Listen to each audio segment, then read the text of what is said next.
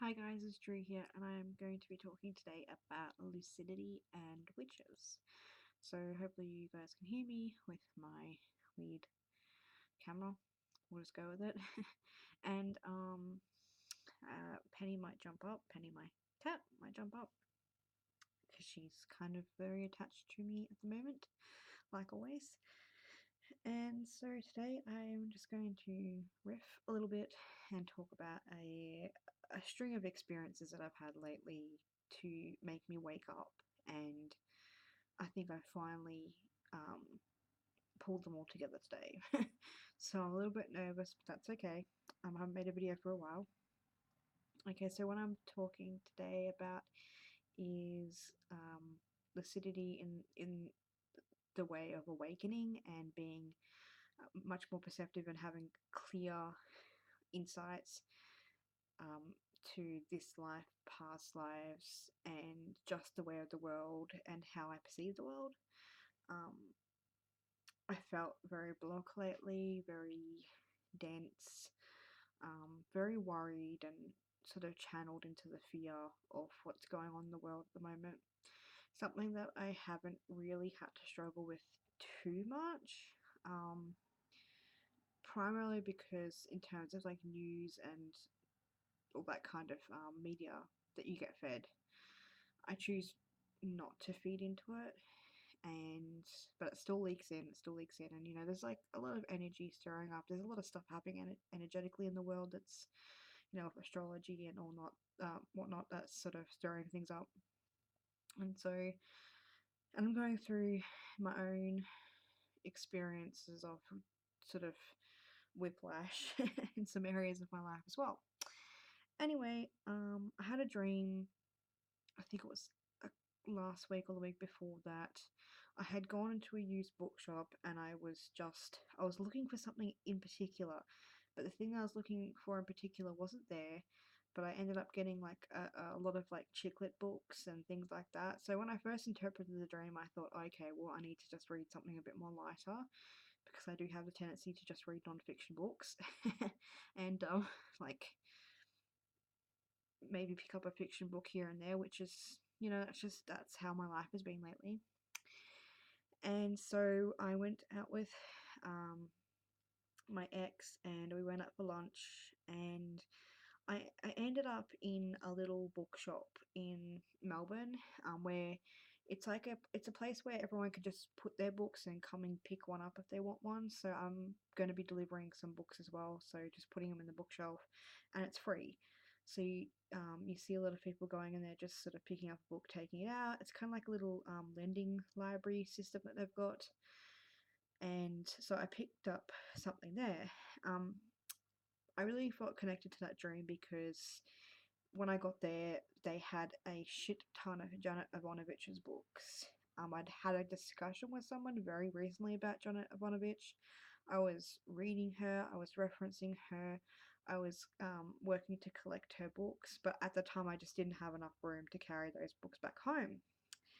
But then I was rabbiting on because I was in a very weird mood that day, and then this book came into my life, The Witches, Salem, 1692. So, being somebody who likes to, read and sort of investigate all kinds of things, I have been curious about Salem and the trials and the burnings, and I've never quite read anything about them before. I know that I've had past lives during that time. I've had many past lives during that time, but I haven't really wanted to look into it because it is, for me, the darker side of being a witch, the historical side of it. It is a little bit easy, I guess, in some ways in this day and age to sort of really be empowered and be supported and be able to live that life. I mean, you see it on Instagram. It's like it's not as oppressive. It can be in some places, but it's not as oppressive as it used to be. And so it's easy, I guess, for me sometimes to just sink into that feeling. And I've just been feeling really blocked spiritually, and I've just been feeling resistant in my creativity. And I just knew that there was something underneath the surface that was trying to be realized and trying to be shifted within me. And anyway, I picked up this book and I thought nothing of it. I thought, okay, well, I've been looking for some story ideas for a new novel, and I thought, okay, well, that maybe might be the book that I read to get some ideas for a novel, because I definitely wanted to write about um, witches and power and things like that, because that's just a thing I love to write about. Also during that time, Lilith entered my existence and has become sort of made herself known. I have a little bit of her on my altar, so that brought up a little bit of stuff as well. And then I went to the library the other day for my artist date, and this was there, Witches and Wizards. The real life stories behind the occult's greatest legends. And I mean, usually I would pick this up without a heartbeat in the bookshop, but I felt resistance to it. So I ended up picking it up in the library, and I started reading it yesterday and started reading some of like the rest of it today, and I'm only up to 58, but I'm pretty sure I can, finish this pretty soon because it's just fascinating. But the interesting thing is, when I got up to the part about talking about the burning times, I had some candles burning. I have one on Lilith's side of my altar and one on the Morrigan side of my altar. And I was reading all through a couple of passages of this, and the candles started making these really weird sounds. It's like that someone was screaming, pretty much. It was very scary. I was pretty freaked out. And I stood up, I held it up to my ear, like, because they're little, oh, hello Penny. They're kind of tea light candles, but they're thicker ones, so I could listen to it. And I thought, well, okay, well, maybe there's something wrong with this candle in particular. It hadn't started doing that sound until I started that chapter. And oh, hello. Because I'm talking about stuff, she definitely wants to be part of it. I'll put you down because you've got fuzzy fur that makes Mummy's mouth itchy at the moment. I'm slightly allergic to her fur. And so I blew it out because I was like, okay, whatever energy is coming from me, or my resistance or fear about reading about that kind of stuff at the moment is, and I need to just step out of the room and come back. So I stepped out of the room, came back, started reading some more, and then the candle on my Morrigan altar started making that sound.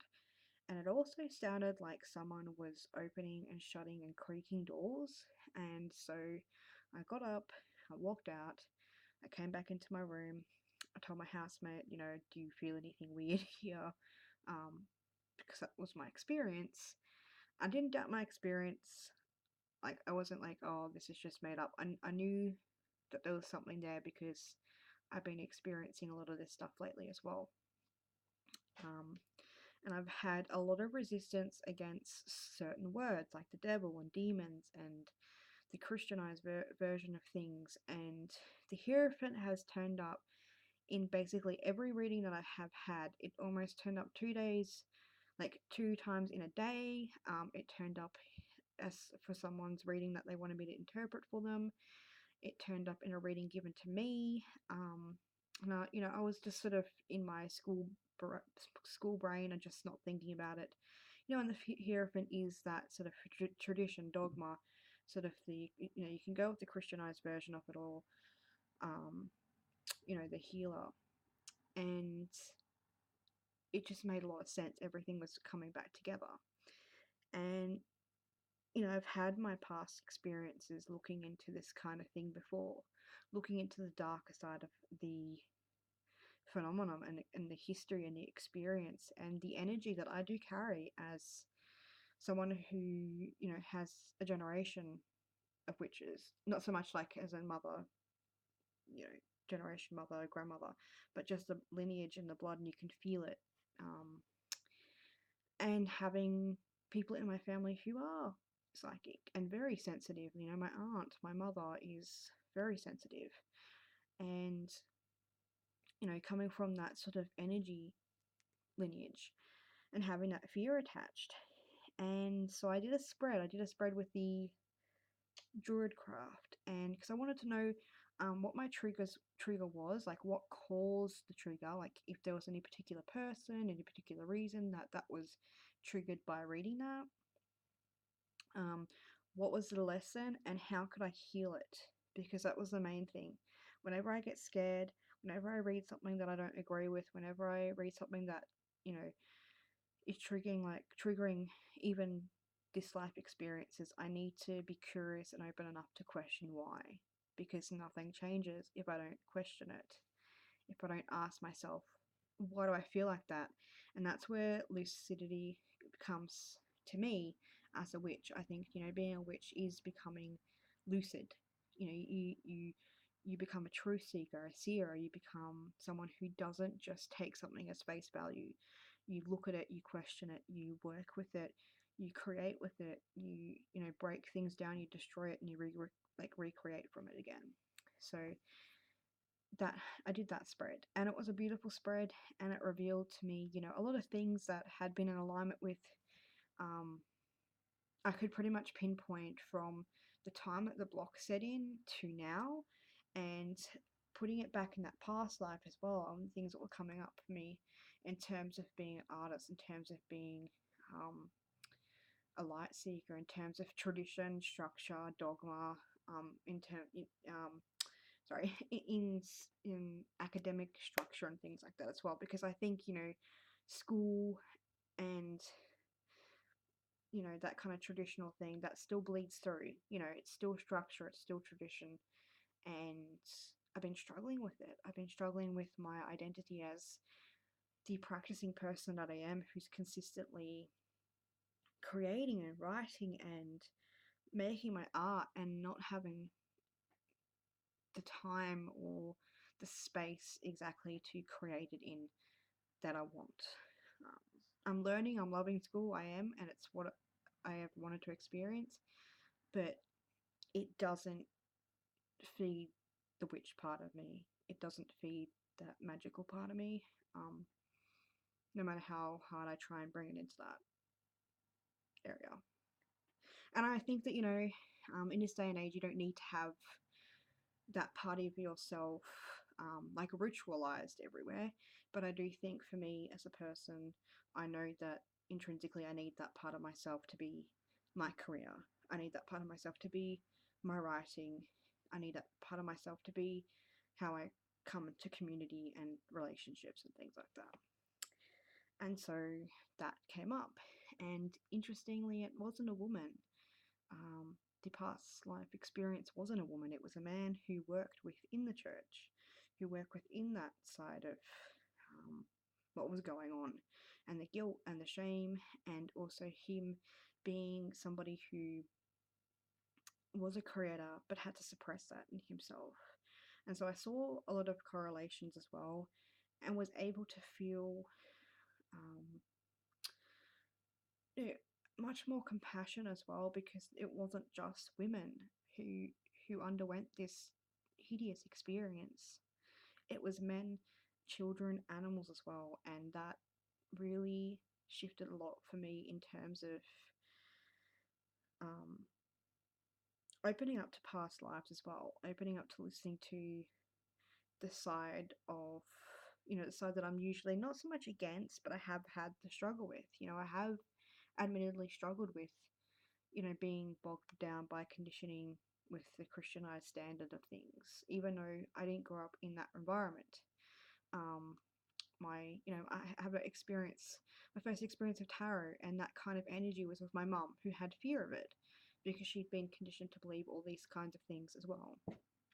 And, when you have fear, you create fear.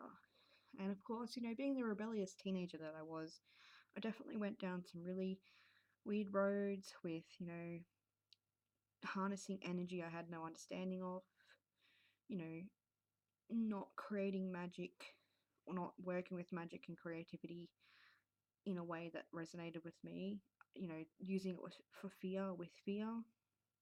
And so I do have my experiences with the stereotypical, I guess you can say, experiences being a witch. And I'm sure we all, a lot of people do. I'm not saying we all do, But I know a lot of people who are on this path who've had to work through religion or dogma or tradition, fears, associations is another one. Becoming lucid for me is about knowing where my associations are, how I feel about particular things, because I'm somebody who really wants to understand the full spectrum of a goddess. So, speaking about Lilith as a, demoness and things like that, like her relationships like attached to it, it is challenging for me because it brings up, you can't take that out of the context of everything else that's surrounding it. It's important to read like everything and then make up your own mind from that, if that makes sense to you guys. I feel like I'm rambling, but hopefully it's making sense. So that is what's been going on, and I'm getting a much more stronger path presented to me, in so much that I think, also becoming lucid as a witch is about knowing just how lucky we are, and it is a responsibility, and this may be controversial, but it is a responsibility for us in the society, that if we are claiming that name, if that name, if that right, if that power feels who we are and what we do and what we want to be, and the path that we walk, that we do take it with responsibility. Not, it's not something to be taken lightly, I don't think. I think you can have fun. I think you can experiment. That's a different sort of energy altogether. But I think that for the lives that were lost, from what I understand and know of it, we are so grateful and we are so lucky to be able to, share what we have learned together on something like this, like a platform like YouTube. We are so lucky to be able to do that. And I think for me, the biggest takeaway, I guess you can say, from my card reading was the revelation was a sort of insight that every time we create something and put it out there to share with fellow witches and creatives, it's a revolution. We really are revolutionizing what it means to be a witch, what it means to be a creator, what it means to be a woman, what it means to be a man, what it means to love and venerate the earth, and to create with it and from it, and not destroy it and not destroy ourselves, with fear, with created entities, with madmen, that kind of. And I think that's what scares me the most, and it's something I'm going to be exploring as well. And I know I've got resistance to reading this book itself as well. Very big resistance. Because I'm an empath. I don't really want, it's like part of me doesn't want to know. Part of me is like, no, you don't need to know this. But the bigger part of me, the soul part of me that wants to heal myself and knows that it's time to look at different avenues, especially if I want to be creating around this area and helping heal myself and others in terms of creativity. I do go by Stephen King's sort of rule, I guess you could say, or motto, that, he writes what he fears. He goes into those fearscapes so that he can understand what it means to him and what it means to humanity. And so that's what I do as a creator, and that's what I do as a witch. I create, I go into these places, I get curious, I protect, and hopefully when I've done my magic, and when I've listened, and when I've learned, and when I've taken, when I've created, I'll have something to offer the world that gives something back. Give something back that I can give to the world. So hopefully that made a bit of sense, a little bit of rambly, but that is my video. I hope you enjoyed. I'd like to hear some of your feedback, and I will chat to you all later.